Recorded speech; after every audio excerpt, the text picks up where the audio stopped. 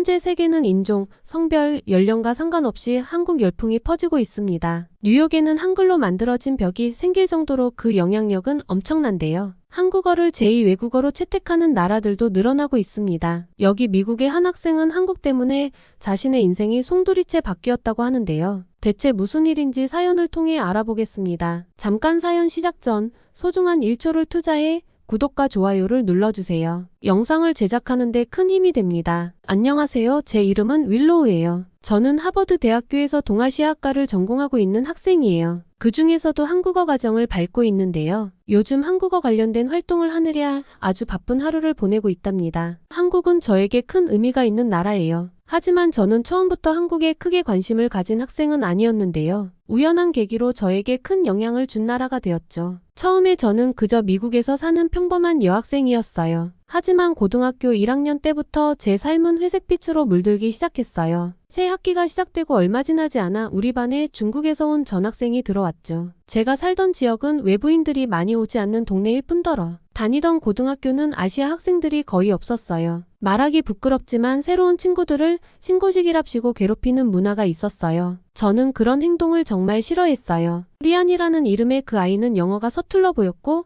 대부분의 아이들은 그를 무시했어요. 복도에서 리안이 혼자 서 있는 모습을 볼 때마다 가슴이 아팠답니다. 그 모습이 마치 거울을 보는 것 같았거든요. 저는 우리 학교에 온 리안의 모습에서 몇 년 전 이사 왔을 때의 제 모습이 떠올랐어요. 그때 저도 낯선 환경에서 적응하느라 힘들어했었죠. 그래서 그를 도와주기로 했습니다. 이렇게 시작된 제 선의의 행동은 뜻하지 않은 결과를 낳고 말았어요. 점심시간에 함께 앉아 밥을 먹고 수업 내용을 설명해주곤 했는데요. 리안의 얼굴에 서서히 미소가 깃들기 시작하는 걸 보며 저도 모르게 뿌듯함을 느꼈어요. 하지만 이런 행동이 제 삶을 뒤흔들 줄은 몰랐답니다. 리안과 어울리는 저를 친구들이 이상한 눈으로 보기 시작했다는 걸 깨달았을 때는 이미 늦었어요. 점점 더 많은 아이들이 저를 피하기 시작했고 복도에서 마주칠 때면 수근거리는 소리가 들려왔습니다. 그러다 어느 날 상황은 더욱 악화되었어요. 제가 항상 그 중국 아이와 어울린다는 것, 우리 둘 다 이상하다는 소문이 학교 전체로 퍼지기 시작했죠. 처음에는 그저 지나가는 말로 생각했는데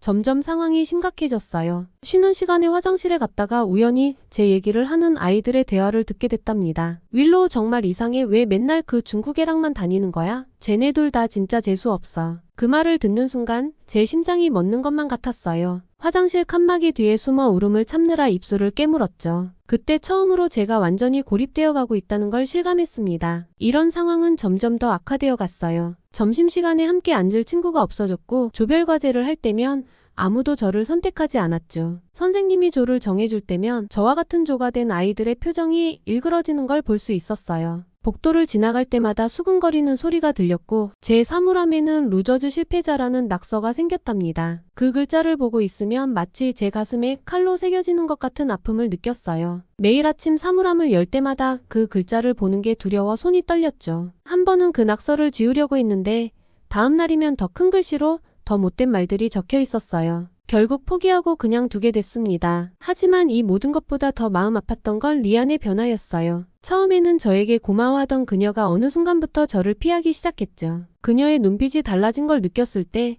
제 마음은 찢어지는 것 같았어요. 복도에서 마주쳐도 모른 척 지나가고 제가 말을 걸어도 대답을 피하더라고요. 나중에 알고 보니 리안은 다른 아이들에게 어울리기 위해 저에 대한 거짓말을 퍼뜨렸더라고요. 제가 그를 집요하게 따라다닌다거나 제가 정말 이상하다는 등의 말들이었죠. 그 사실을 알게 됐을 때 저는 화장실에 가서 한참을 토했답니다. 배신감, 분노, 슬픔이 뒤섞여 뭔가 마음이 아파왔어요. 유일하게 믿었던 친구마저 저를 등진 거예요. 리안의 집은 돈이 많았는데 그걸로 친구들을 꼬셨다고 나중에 들었어요. 그래서 중국인이었지만 친구들은 저보다도 리안의 편에 선 것 같았죠. 그 순간 저는 완전히 혼자가 되었다는 걸 깨달았습니다. 이런 상황 속에서 매일 아침 눈을 뜨면 학교에 가기가 두려웠어요. 심장이 쿵쾅거리고 손에 땀이 났죠. 아침마다 복통을 느꼈고 때로는 정말 아파서 학교에 가지 못할 때도 있었어요. 하지만 그건 어쩌면 제가 무의식적으로 원했던 거였을지도 몰라요. 학교에 가지 않아도 되는 핑계가 생기는 거니까요. 복도를 걸을 때마다 누군가 저를 놀리거나 밀치지는 않을까 항상 긴장했답니다. 한 번은 정말로 누군가가 제 발을 걸어 넘어진 적도 있었어요. 주변에서 들리는 웃음소리에 얼굴이 붉어졌지만 아무도 저를 일으켜 세워주지 않았죠. 그때 느낀 수치심과 외로움은 말로 표현할 수 없을 정도였습니다. 이런 상황 속에서 점심시간은 가장 힘든 시간이었어요. 혼자 구석에 앉아 책을 읽는 척하며 시간을 보냈죠. 사실 책 내용은 하나도 들어오지 않았지만 그렇게라도 하지 않으면 제가 얼마나 외롭고 슬픈지 모두가 알아챌 것만 같았거든요. 책 페이지를 넘기는 척하면서 실은 눈물을 참느라 안간힘을 쓰고 있었어요. 가끔 고개를 들어 다른 아이들을 볼 때면 즐겁게 웃고 떠드는 그들의 모습이 마치 다른 세상의 일처럼 느껴졌답니다. 저도 예전에는 저렇게 웃을 수 있었는데 그 생각을 하면 더욱 서글퍼졌죠. 이런 상황이 계속되면서 저는 끊임없이 스스로에게 물었어요. 난 뭐가 잘못된 걸까? 내가 나쁜 사람인가? 이런 생각들이 제 마음을 괴롭혔죠. 밤에 잠자리에 누우면 온갖 생각들이 머릿속을 맴돌았어요. 처음에는 화가 났지만 시간이 지날수록 그저 모든 게 제 잘못인 것만 같이 느껴졌어요. 어쩌면 정말로 제가 이상한 건지도 모른다는 생각까지 들기 시작하더라고요. 스스로를 미워하게 되었고 점점 자신감을 잃어갔죠. 거울을 보는 것조차 두려워졌어요. 거울 속 제 모습이 낯설고 초라해 보였거든요. 한때 밝고 자신감 넘치던 제 모습은 어디로 사라진 걸까요? 이런 상황 속에서 집에 돌아와서도 마음이 편치 않았습니다. 부모님께는 아무 말도 하지 않았죠. 어떻게 설명해야 할지 몰랐고 혹시 부모님마저 저를 이상하게 생각하실까봐 두려웠거든요. 부모님이 학교는 어떠니? 라고 물으시면 그저 괜찮아요 라고 대답하곤 했어요. 그 말을 하면서도 목이 메어왔죠. 사실 아무것도 괜찮지 않았거든요. 하지만 부모님께 걱정을 끼치고 싶지 않았어요. 대신 방에 틀어박혀 이불 속에서 훌쩍거리곤 했답니다. 베개의 얼굴을 파묻고 소리 없이 울었어요. 때로는 베개를 입에 물고 소리를 지르기도 했죠. 그렇게라도 하지 않으면 제 안의 고통이 폭발해버릴 것만 같았습니다. 이렇게 시간이 흐르면서 제 세상은 점점 더 작아지고 있었어요. 예전에는 밝고 활발했던 제가 이제는 그림자처럼 살아가고 있었고 말수가 줄며 눈맞춤도 피하게 되었어요. 수업 시간에 발표를 해야 할 때면 온몸에 식은땀이 흘렀답니다. 실수할까봐 다른 아이들이 비웃을까봐 두려웠거든요. 한 번은 발표 중에 말을 더듬다가 완전히 얼어붙은 적도 있었어요. 그때 들려온 몇몇 아이들의 키득거리는 웃음소리가 아직도 귓가에 맴돌아요. 그 후로 저는 더욱더 움츠러들었고 가능한 한 존재감 없이 지내려고 노력했습니다. 이런 상황 속에서도 저는 매일 밤 내일은 달라질 거라고 믿으려 노력했어요. 하지만 그저 헛된 희망일 뿐이었죠. 하루하루가 지옥 같았어요. 아침에 눈을 뜨면 제발 오늘은 좋은 일이 있기를 하고 빌었지만 학교에 도착하면 또다시 같은 악몽이 반복되었답니다. 매일 밤 잠들기 전 내일 아침에는 눈을 뜨지 않았으면 좋겠다고 생각했어요. 그 정도로 현실이 고통스러웠죠. 이런 상황이 지속되면서 저는 점점 더 극단적인 생각을 하게 되었어요. 학교를 그만두고 싶다는 생각도 여러 번 했답니다. 하지만 그렇게 되면 정말로 제가 패배자가 되는 것 같아 견딜 수가 없었어요. 그래도 어떻게든 버텨야 한다고 이게 언젠가는 끝날 거라고 스스로를 다독였죠. 하지만 그 언젠가가 언제 올지 과연 올 수 있을지 확신할 수 없었습니다. 이렇게 저는 완전한 고립 속에서 하루하루를 버텨나갔어요. 제 마음속에는 깊은 상처와 배신감 그리고 끝없는 외로움만이 가득했죠. 한때 밝고 활기찼던 제 모습은 온데간데없고 그저 움츠러든 채 세상의 구석진 곳에 숨어 지내는 것만 같았어요. 그 누구도 저를 이해해주지 않는 것 같았고 세상에 혼자 남겨진 것 같은 느낌으로 지배당했죠. 때로는 이 고통이 영원히 계속될 것만 같아 절망스러웠어요. 이런 와중에도 리아는 다른 친구들과 잘 지내는 모습을 보면서 그러면 안 되지만 점점 리안이 미워지더라고요. 그렇게 힘든 상황 속에서 인생의 전환점은 정말 갑작스럽게 찾아왔어요. 그날도 평소와 다름없이 힘겹게 하루를 버티고 있었죠. 점심시간 여느 때처럼 구석에 앉아 책을 읽는 척하고 있었어요. 그때 옆자리에서 들려오는 음악 소리가 제 귀를 사로잡았습니다. 처음 듣는 노래였지만 왠지 모르게 마음이 끌렸어요. 호기심에 고개를 돌려보니 옆자리에 여학생이 이어폰을 끼고 음악을 듣고 있더라고요. 그의 얼굴에 퍼진 미소가 너무나 밝아 보여서 저도 모르게 그 노래가 궁금해졌어요. 용기를 내어 그 아이에게 말을 걸었죠. 저기 무슨 노래 듣고 있어? 제 목소리가 떨리고 있다는 걸 느꼈어요. 오랜만에 누군가에게 말을 거는 거라 심장이 쿵쾅거렸거든요. 그 아이는 놀란 듯 저를 바라보더니 이내 환하게 웃으며 대답했어요. 아, 안녕. 난 에이브리야. 이거 BTS의 작은 것들을 위한 시야 들어볼래? 에이브리라는 이름을 가진 그 아이는 생각보다 훨씬 친절했어요. 그러곤 이어폰 한쪽을 저에게 건네주었죠. 처음에는 망설였지만 친절한 에이브리의 모습에 조심스럽게 이어폰을 귀에 꽂았습니다. 그 순간 제 세상이 변하기 시작했어요. 노래의 멜로디와 리듬이 제 마음을 울렸고 비록 가사의 뜻은 알 수 없었지만 그들의 목소리에 담긴 감정이 고스란히 전해져 왔어요. 눈을 감고 음악에 집중하다 보니 어느새 제 마음속에 잔잔한 파동이 일고 있었죠. 그동안 꽁꽁 얼어붙어 있던 제 마음이 조금씩 녹아내리는 것 같았어요. 노래가 끝나고 눈을 떴을 때 저도 모르게 눈물이 고여 있더라고요. 에이브리는 그런 제 모습을 보고 걱정스러운 듯 물었어요. 괜찮아? 노래가 마음에 들지 않았어?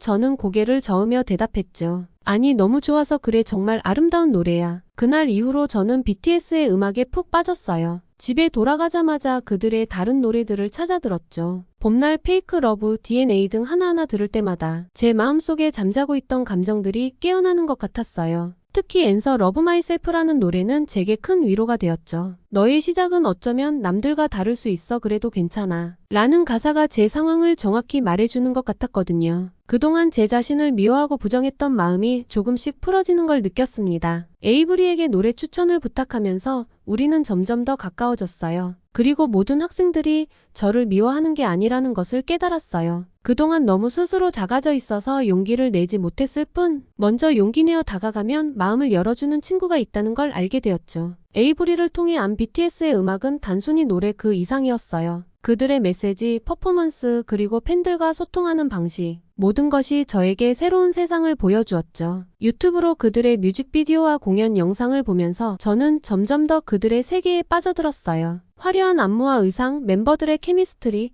그리고 무대 위에서 빛나는 그들의 눈빛, 모든 것이 저를 매료시켰죠. 특히 그들이 전하는 자아, 존중과 꿈을 향한 도전이라는 메시지는 제게 큰 울림을 주었어요. 에이브리와 함께 BTS의 다큐멘터리를 보면서 저는 그들의 힘든 연습 과정과 성공을 향한 열정에 깊은 감동을 받았습니다. 그렇게 BTS를 통해 한국 문화를 알아가면서 저는 조금씩 변하기 시작했어요. 아침에 일어나면 제일 먼저 그들의 노래를 들었고 학교에 가는 길에도 이어폰으로 음악을 들었죠. 그러다 보니 어느새 제 발걸음이 가벼워지고 얼굴에 미소가 번지기 시작했어요. 학교에서도 조금씩 달라졌죠. 여전히 다른 친구들과 어울리긴 힘들었지만 적어도 제 자신을 완전히 고립시키지는 않았어요. 에이브리와 함께 점심을 먹으면서 BTS 얘기를 나누다 보니 조금씩 대화에 자신감이 생기기 시작했습니다. 에이브리는 제가 한국어를 배우고 싶어 한다는 걸 알고는 자기가 가지고 있던 한국어 학습 앱을 추천해주기도 했어요. 에이브리가 추천해준 한국어 학습 앱을 다운로드받은 그날부터 저는 매일 조금씩 한국어를 공부하기 시작했죠. 처음에는 안녕하세요,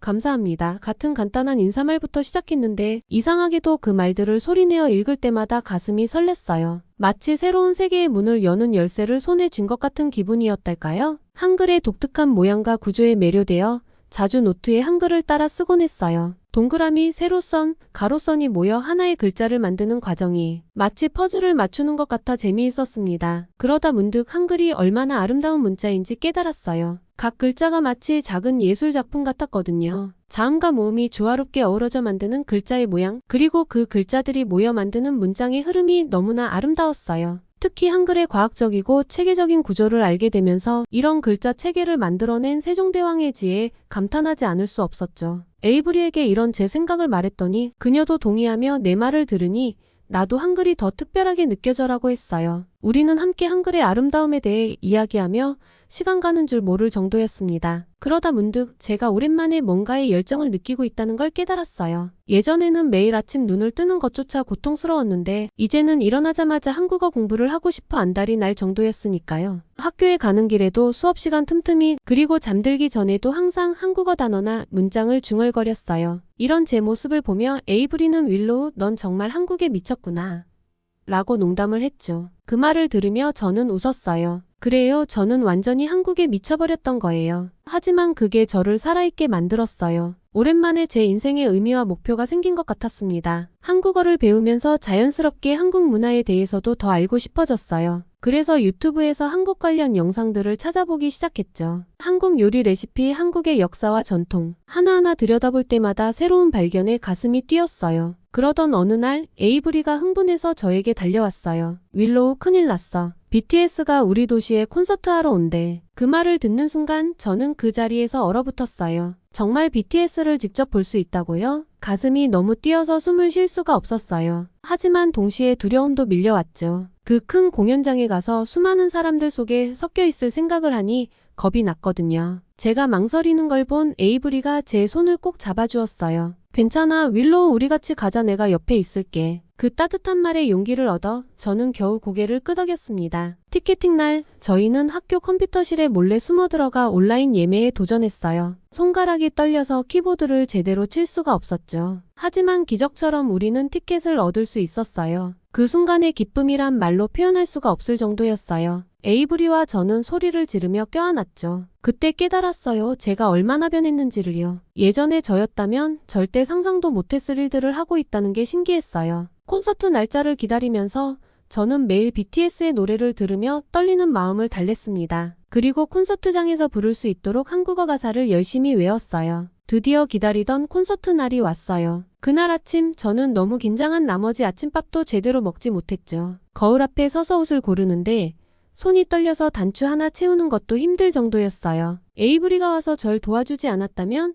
아마 집 밖으로 나가지도 못했을 거예요. 공연장으로 가는 길, 차 안에서 저는 계속 심호흡을 반복했어요. 에이브리는 제 손을 꼭 잡아주며 걱정 마, 윌로우, 우리가 함께잖아 라고 말해줬죠. 그 말에 조금은 안심이 됐지만 여전히 가슴이 쿵쾅거렸어요. 공연장에 도착하자 저를 압도하는 열기에 놀랐어요. 수많은 팬들이 모여 있었고 모두가 설레는 표정이었죠. 처음에는 그 많은 사람들 사이에 있는 게 불편했어요. 하지만 주변 팬들과 이야기를 나누면서 조금씩 긴장이 풀리기 시작했어요. 모두 저처럼 BTS를 사랑하는 사람들이었거든요. 한 팬이 제가 한글로 쓴 응원 문구를 보고 와, 한글 진짜 잘 쓰시네요 라고 칭찬해줬을 때 가슴이 뿌듯해졌어요. 그동안 열심히 공부한 보람이 있다는 생각이 들었죠. 그리고 드디어 콘서트가 시작됐고 그들이 무대에 등장하는 순간 온 몸에 전율이 흘렀어요. 노래, 춤, 무대, 매너 모든 것이 완벽했죠. 특히 봄날을 부를 때는 눈물이 났어요. 제가 외운 한국어 가사를 따라 부르면서 이 노래가 제게 얼마나 큰 위로가 되었는지 다시 한번 깨달았거든요. 콘서트 내내 저는 마치 꿈을 꾸고 있는 것 같았어요. 하지만 동시에 그 어느 때보다도 현실감 있게 살아있다는 걸 느꼈죠. 콘서트가 끝나고 집으로 돌아오는 길, 에이브리와 저는 흥분된 목소리로 계속 콘서트 얘기를 했어요. 그날 밤 잠자리에 들면서 생각했죠. 이제 내 인생이 달라질 거야. 그리고 정말로 그렇게 됐어요. 다음날 아침 눈을 뜨자마자 느껴지는 활력이 달랐습니다. 마치 제 안에 잠자고 있던 무언가가 깨어난 것 같았죠. 학교에 가는 길에도 수업 시간에도 계속 콘서트 장면이 떠올랐어요. 그리고 그때마다 입가에 미소가 번졌죠. 그 후로 저는 더욱 열심히 한국어를 공부하기 시작했어요. 단순히 BTS의 노래를 이해하는 것을 넘어서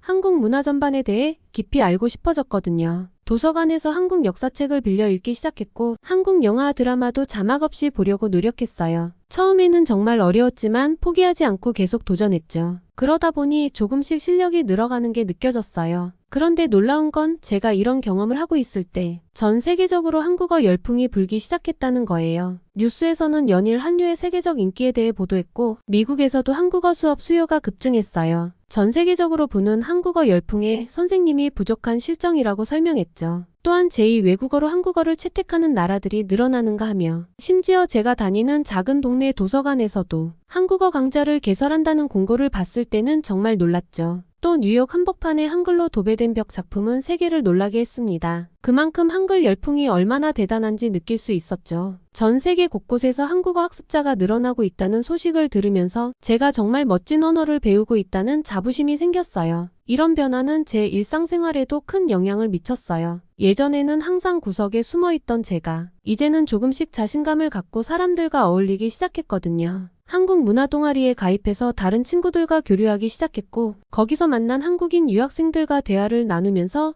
실제 한국 문화에 대해 더 많이 배웠어요. 그들과 이야기를 나누면서 느낀 건 한국어를 배우는 게 단순히 언어를 아는 것이 아니라 새로운 세계관을 얻는 거라는 거였어요. 그러던 어느 날 오랜만에 리안을 마주치게 됐어요. 예전에 그 아이 때문에 상처받았던 기억이 떠올랐지만 이제는 달랐어요. 저는 더 이상 그때의 약하고 소심한 제가 아니었거든요. 용기를 내어 리안에게 다가가 말을 걸었어요. 리안, 우리 잠깐 얘기 좀 할 수 있을까? 리안은 조금 놀란 듯 했지만 고개를 끄덕였어요. 저는 리안에게 제가 들은 이야기에 대해 물어봤어요. 제가 그를 집요하게 따라다녔다는 소문이 사실이 아니라는 걸 분명히 말했죠. 하지만 리안의 반응은 제 예상과 달랐습니다. 그녀는 오히려 당당하게 자신의 말이 맞다고 우기더라고요. 저는 리안의 말에 깊은 실망감을 느꼈어요. 그리고 그녀의 태도를 보며 생각했죠. 말이 통하지 않는구나. 저는 리안에게 이렇게 말했습니다. 그렇게 하다간 지금 있는 친구들도 다 떠나게 될 거야. 항상 진실되고 진심으로 사람을 대해야 해. 정말 실망이다. 리안이 사과해주길 바랐지만 오히려 그녀의 당당한 태도에 더 큰 상처를 받았어요. 그 순간 저는 리안과의 관계에 더 이상 미련을 두지 않기로 했습니다. 시간이 지나면서 다른 친구들도 리안의 진짜 모습을 알아가기 시작했어요. 점점 더 많은 친구들이 리안을 피하기 시작했죠. 결국 리안은 이 상황을 견디지 못하고 다른 학교로 전학을 가게 되었어요. 그 소식을 들었을 때 저는 조금은 안타까운 마음이 들었어요. 하지만 동시에 어쩔 수 없는 일이구나라는 생각도 했죠. 때로는 우리가 원하는 대로 모든 관계가 좋게 끝나지는 않는다는 걸 깨달았어요. 이 경험을 통해 저는 더욱 성장할 수 있었어요. 과거의 상처에서 벗어나 자신감을 되찾은 제 모습을 확인할 수 있었고 진실함의 가치를 다시 한번 깨달았죠. 그리고 무엇보다 제가 얼마나 많이 변했는지 알 수 있었어요. 이제 저는 더 이상 다른 사람들의 평가에 휘둘리지 않고 제 자신을 믿을 수 있게 되었습니다. 세계적인 한국어 열풍 속에서 저는 제가 특별한 여정을 걷고 있다는 걸 느꼈어요. 이제 한국어는 단순히 제 개인적인 관심사가 아니라 세계와 소통하며 자신감을 얻게 해준 강력한 도구가 되었죠. 이런 생각을 하면서 저는 더욱 열정적으로 한국어와 한국 문화를 공부하게 되었어요. 그리고 언젠가는 이 열정을 다른 사람들과 나누고 싶다는 꿈을 꾸기 시작했습니다. 그 후 제 삶은 많이 달라졌어요. 그러던 어느 날 한국어 선생님께서 저에게 뜻밖의 제안을 하셨어요. 윌로우, 내가 한국어를 배우게 된 계기와 경험을 다른 학생들에게 들려주면 어떨까? 처음에는 많은 사람들 앞에서 이야기한다는 생각에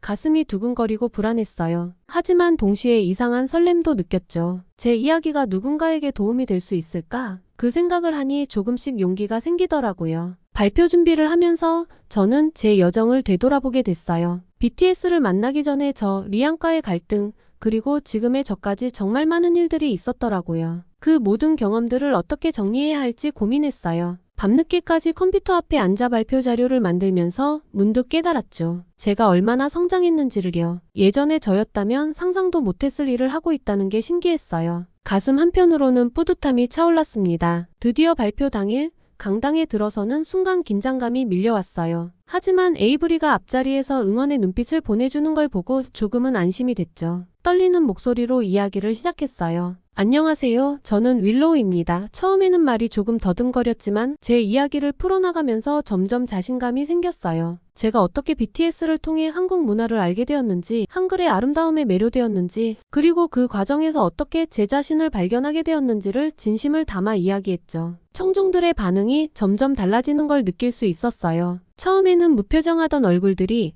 점점 관심 어린 표정으로 바뀌어 갔죠. 놀랍게도 발표가 끝나고 많은 친구들이 제게 다가와 질문을 하고 감탄의 말을 건넸어요. 한 친구는 윌로우, 어떻게 한국어를 그렇게 잘하게 된 거야? 너의 발음이 거의 원어민 같아. 라고 말해주었고, 다른 친구는 나도 한국어 잘하고 싶은데 비결이 있으면 알려줘. 라고 물어보더라고요. 그 순간 가슴이 벅차올랐어요. 제 노력을 인정받는 것 같아 정말 기뻤거든요. 몇몇 친구들은 제가 추천한 한국 드라마나 영화를 함께 보자고 제안하기도 했어요. 선생님께서도 제 열정과 노력이 다른 학생들에게도 좋은 자극이 된 것 같다며 칭찬해 주셨어요. 그날 집에 돌아가는 길 하늘이 유난히 맑고 파랗게 보였습니다. 이 경험을 계기로 저는 더 큰 꿈을 꾸기 시작했어요. 단순히 한국어를 배우는 것을 넘어서 한국과 미국 사이의 문화 교류에 기여하고 싶다는 생각이 들었죠. 그러기 위해서 졸업 후 하버드 대학에서 붙었을 때 동아시아 학과를 전공으로 선택했어요. 부모님께 이 결정을 말씀드렸을 때 처음에는 걱정하셨어요. 그 전공으로 무엇을 할 수 있니? 하고 물으셨죠. 하지만 제가 얼마나 이 분야에 열정을 가지고 있는지 그리고 앞으로의 계획을 설명드리자 이해해 주셨어요. 부모님의 지지를 받으니 더욱 자신감이 생겼습니다. 동아시아학과에서 한국학을 공부하면서 저는 한국의 역사, 문화, 사회에 대해 더 깊이 이해하게 되었어요. 특히 한국의 빠른 경제 성장과 문화적 영향력 확대 과정이 흥미로웠죠. K-팝이나 한국 드라마 같은 대중문화뿐만 아니라 한국의 전통 문화와 예술에 대해서도 배웠어요. 판소리를 들으며 그 독특한 창법에 매료되기도 하고 한국 현대 미술 전시회를 보며 감동받기도 했죠. 이런 경험들을 통해 한국 문화의 다양성과 깊이를 느낄 수 있었어요. 그리고 이 모든 것들이 제 삶을 얼마나 풍요롭게 만들어주는지 깨달았습니다. 한국학을 공부하면서 점점 더 한국에 대한 호기심이 커졌어요. 그러던 어느 날 대학에서 한국으로 교환학생을 보내는 프로그램이 있다는 걸 알게 됐죠. 저는 망설임 없이 지원했어요. 하지만 경쟁이 치열해서 선발될 수 있을지 걱정도 됐죠. 밤낮으로 지원서를 작성하고 한국어 실력을 더욱 갈고 닦았어요. 매일 밤 잠들기 전 제발 합격하게 해주세요라고 기도했답니다. 그리고 마침내 합격 통지를 받았을 때의 그 기쁨이란 말로 표현할 수가 없을 정도였어요. 에이브리에게 이 소식을 전했을 때 그녀도 저만큼이나 기뻐해 주었죠. 한국으로 떠나기 전날 밤 설렘과 두려움이 뒤섞인 복잡한 감정에 잠을 이루지 못했어요. 이제 정말 제가 그토록 동경하던 나라로 가는 거예요. 실제 한국에서의 생활은 어떨지, 제 한국어 실력은 충분할지, 새로운 친구들을 사귈 수 있을지 온갖 생각들이 머릿속을 맴돌았죠. 하지만 동시에 이런 생각도 들었어요. 이게 바로 내가 원하던 거야. 새로운 도전, 새로운 경험. 제 가슴속에서 불꽃이 타오르는 것 같았어요. 이제 정말 제 인생의 새로운 장이 시작되는 거예요. 한국에서 어떤 경험을 하게 될지, 어떤 사람들을 만나게 될지 정말 기대되더라고요. 드디어 한국에 도착한 날, 인천공항에 발을 디뎠을 때의 느낌을 잊을 수 없어요. 드디어 여기 왔구나 하는 생각에 눈물이 날 것만 같았어요. 공항에서 본 한글 간판들, 들리는 한국어 회화들, 모든 게 신기하고 감격스러웠죠. 하지만 동시에 약간의 두려움도 있었어요. 과연 잘 적응할 수 있을까? 하는 걱정이 들더라고요. 그래도 이내 마음을 다잡았죠. 한국 생활에 적응하면서 저는 매일 새로운 것들을 발견하고 놀라워했어요. 특히 한국의 대중교통 시스템은 정말 혁명적이었죠. 서울의 지하철과 버스 네트워크는 도시 전체를 거미줄처럼 촘촘히 덮고 있어서 차가 없어도 어디든 갈 수 있었어요. 반면 뉴욕이나 LA 같은 미국 대도시는 일부 지역에서만 대중교통을 이용할 수 있고 교외로 가면 거의 전적으로 자동차에 의존해야 해요. 한국의 대중교통은 정확성과 신뢰성 면에서도 미국과는 비교가 안 됐어요. 1분 단위로 도착 시간을 알려주는 게 신기할 정도였죠. 미국에서는 버스가 제 시간에 오지 않거나 아예 결행되는 경우도 많아서 항상 불안했던 것과는 완전히 달랐어요. 기술적인 면에서는 한국이 미국보다 몇십 년은 앞서 있다고 느꼈어요. 지하철과 버스에서 끊김없는 와이파이를 제공하고 실시간 도착 정보를 앱으로 확인할 수 있으며 심지어 지하철 역사에서 무료로 휴대폰 충전까지 할 수 있더라고요. 미국에서는 상상도 할 수 없는 수준의 서비스예요. 요금 체계도 한국이 훨씬 합리적이에요. 거리에 따라 요금이 조금씩 올라가는 시스템이 매우 공정하다고 느꼈어요. 미국에서는 대부분 균일 요금제라 단거리 승객들에게 불리한 편이죠. 이런 경험을 통해 한국의 대중교통 시스템이 세계 최고 수준이라는 걸 확신하게 되었어요. 그리고 한국에서 사귄 친구들과 함께 보낸 시간들은 정말 소중했습니다. 한국인 친구들은 정말 다들 친절했죠. 덕분에 금방 적응할 수 있었던 것 같아요. 어느 날 친구와 약속을 잡고 노래방에 갔는데 그곳의 시설에 또 한 번 놀랐어요. 터치스크린으로 노래를 고르고 깔끔한 시설에 최신 음향 시스템까지. 한국의 노래방은 마치 미래에서 온 것 같았어요. 미국에 가져가고 싶을 정도였다니까요. 그렇게 친구와 함께 K-팝 노래를 부르면서 정말 즐거운 시간을 보냈어요. 그날 밤 친구의 오피스텔로 가는 길은 충격적이었습니다. 늦은 밤인데도 거리가 밝고 깨끗하고 사람들도 많아서 안전하다고 느꼈거든요. 미국에서는 밤에 혼자 걸어 다니는 게 위험하다고 생각하는데 한국은 마치 나처럼 안전했어요. 한국의 치안이 좋다는 소문은 들었지만 직접 경험해보니 정말 대단하다고 생각했죠. 친구의 오피스텔에 도착해서 우리는 배달 음식을 시키기로 했는데 이것도 정말 놀라운 경험이었어요. 밤늦은 시간인데도 배달이 된다는 사실에 깜짝 놀랐죠. 미국에서는 늦은 시간에 배달을 하는 곳도 거의 없고 배달비도 비싸서 대부분 포장을 하거든요. 하지만 한국에서는 24시간 배달을 하는 곳도 있어서 언제든 먹고 싶은 음식을 저렴하게 시켜 먹을 수 있다는 게 놀라웠어요. 앱으로 주문하고 결제까지 한 번에 할 수 있는 시스템도 정말 편리했죠. 미국의 배달 앱들은 사용하기 복잡하고 오류도 많은데 한국의 앱은 직관적이고 안정적이었어요. 30분도 안 되어 도착한 떡볶이는 아직도 따뜻했고 맛도 정말 환상적이었습니다. 미국의 배달 음식은 대부분 차갑고 맛도 별로인데 한국의 배달 음식은 마치 식당에서 갓 나온 것 같았죠. 그때 음료수를 깜빡했다는 걸 깨닫고 친구와 함께 근처 편의점에 가기로 했어요. 그곳은 24시간 운영되는 무인 편의점이었습니다. 미국에서는 상상도 할 수 없는 일이죠. 한국 사람들의 높은 시민의식과 안전한 사회 분위기를 직접 체험할 수 있었어요. 미국에서는 주인이 있어도 무장한 강도들이 들이닥치는 일이 있는데 한국은 너무나도 평화롭게 무인으로까지 운영을 하고 있으니까 정말 부러웠어요. 그 후로도 한국 친구들과 자주 어울렸는데요. 한강에서 피크닉도 하고 치맥도 즐기면서 정말 많은 추억을 쌓았죠. 이런 경험들을 통해 제 한국어 실력도 많이 늘었고 한국 문화에 대해 더 깊이 이해하게 되었어요.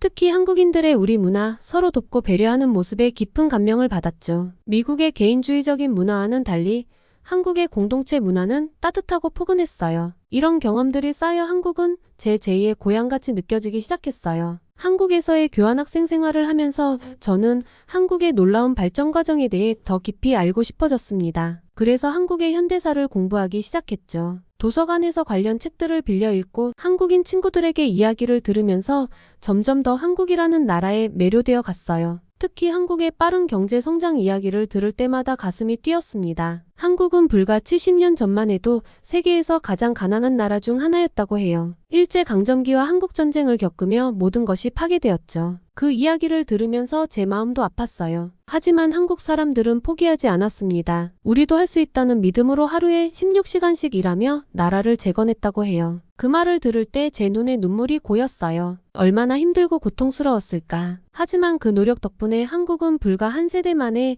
세계 10위권의 경제 대국으로 성장했죠. 정말 기적 같은 일이에요. 이런 이야기를 들을 때마다 제 가슴 속에서 뜨거운 무언가가 솟아오르는 것 같았습니다. 그리고 한국의 발전에는 교육에 대한 열정도 큰 역할을 했어요. 한국 사람들의 교육열은 정말 대단하죠. 제가 한국에 와서 직접 보니 부모님들이 자녀 교육을 위해 정말 모든 것을 바치는 것 같아요. 밤늦게까지 공부하는 학생들을 보며 끈기가 엄청나다는 생각이 들었어요. 이런 노력 덕분에 한국은 세계에서 가장 높은 교육 수준을 자랑하고 있죠. OECD 국가 중에서 대학 진학률이 가장 높다는 말을 듣고 정말 놀랐습니다. 이렇게 뛰어난 인적 자원이 한국의 빠른 발전을 이끌었다는 걸 알게 되었죠. 저도 한국 학생들처럼 열심히 공부해야겠다는 생각이 들었어요. 또한 기술 혁신에 대한 한국의 열정도 정말 대단한데요. 제가 직접 경험한 것처럼 한국의 기술은 세계 최고 수준이에요. 지하철에서 와이파이가 끊기지 않고 버스 도착 시간 2분 단위로 정확한 것에 매일 감탄하죠. 특히 IT 분야에서는 한국이 세계를 선도하고 있다는 게 실감나더라고요. 5G 기술, 반도체, 스마트폰 등에서 한국 기업들이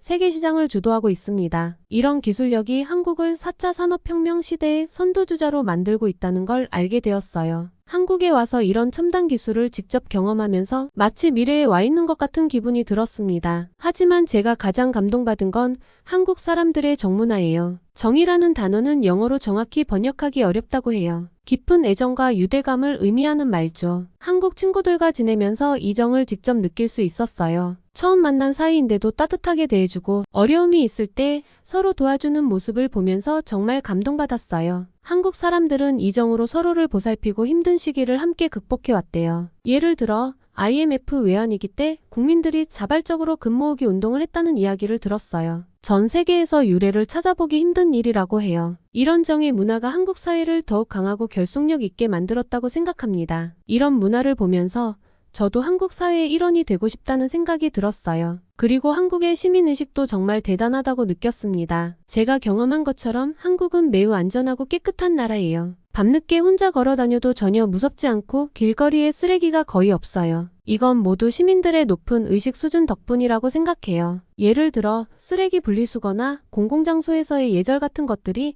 매우 철저해요. 특히 코로나 대응에서 한국 시민들의 의식 수준이 전 세계의 주목을 받았었죠. 마스크 착용이나 사회적 거리 두기를 자발적으로 잘 지켜서 다른 나라들보다 빠르게 위기를 극복했습니다. 이런 모습을 보면서 저도 한국 사람들처럼 높은 시민의식을 가져야겠다고 다짐했어요. 마지막으로 한국의 문화적 자부심도 정말 인상 깊었어요. 한글, 한복, 한식 등 전통 문화를 소중히 여기면서도 K-팝, K-드라마 같은 현대 문화를 만들어내는 모습이 정말 멋있었어요. 한복 체험을 하면서 한국의 아름다운 전통을 직접 느낄 수 있었고 전 세계 팬들의 열광적인 반응을 보며 한국 문화의 힘을 실감했어요. 이런 문화적 자신감이 한류의 세계적 인기로 이어진 것 같아요. 한국은 이제 문화 강국으로서 세계에 큰 영향력을 끼치고 있다는 걸 알게 되었습니다. 저도 언젠가 한국 문화를 세계에 알리는 데 기여하고 싶다는 꿈을 갖게 되었어요. 한국의 이런 모습들을 보면서 저는 한국이 앞으로 세계를 이끌어갈 나라가 될 거라고 확신하게 되었습니다. 경제력, 기술력, 문화적 영향력, 그리고 무엇보다 국민들의 열정과 단결력. 이 모든 것들이 한국을 특별하게 만들어주는 것 같아요. 한국에서의 경험은 제 인생을 완전히 바꿔놓았어요. 이제 저는 한국과 미국 사이의 가교 역할을 하고 싶어요. 미국이 한국의 장점을 배우고 더 발전할 수 있도록 돕고 싶어요. 그리고 교환학생 기간이 끝나더라도 꼭 다시 한국으로 돌아와 살고 싶다는 꿈을 갖게 되었습니다. 한국 정말 대단한 나라예요. 한국 덕분에 저는 자신감을 다시 찾게 되었고 현재 좋은 친구들도 많이 만나게 되었죠. 한국은 제 두 번째 고향이자 제가 가장 사랑하는 나라가 되었습니다. 오늘의 사연은 여기까지입니다. 한류의 영향력이 세계적으로 커지면서 한글과 한국어를 배우려는 학생들이 늘어나고 있습니다. 위대하신 세종대왕님이 만드신 아름다운 한글의 영향력이 커져가며 계속해서 그 깊은 뜻이 널리 알려졌으면 좋겠습니다. 오늘의 사연이 마음에 드셨다면 좋아요와 구독, 알림 설정 부탁드립니다. 더 다양한 사연이 궁금하시다면 위 영상과 구독을 눌러주세요. 감동쿠키 해외 감동사연 재생 목록을 통해 더 많은 사연을 보실 수 있습니다. 언제 어디서나 생각나거나 심심할 때 감동 쿠키를 꺼내보세요. 다음에는 더 좋은 사연으로 찾아뵙겠습니다. 지금까지 영상 시청해주셔서 감사합니다.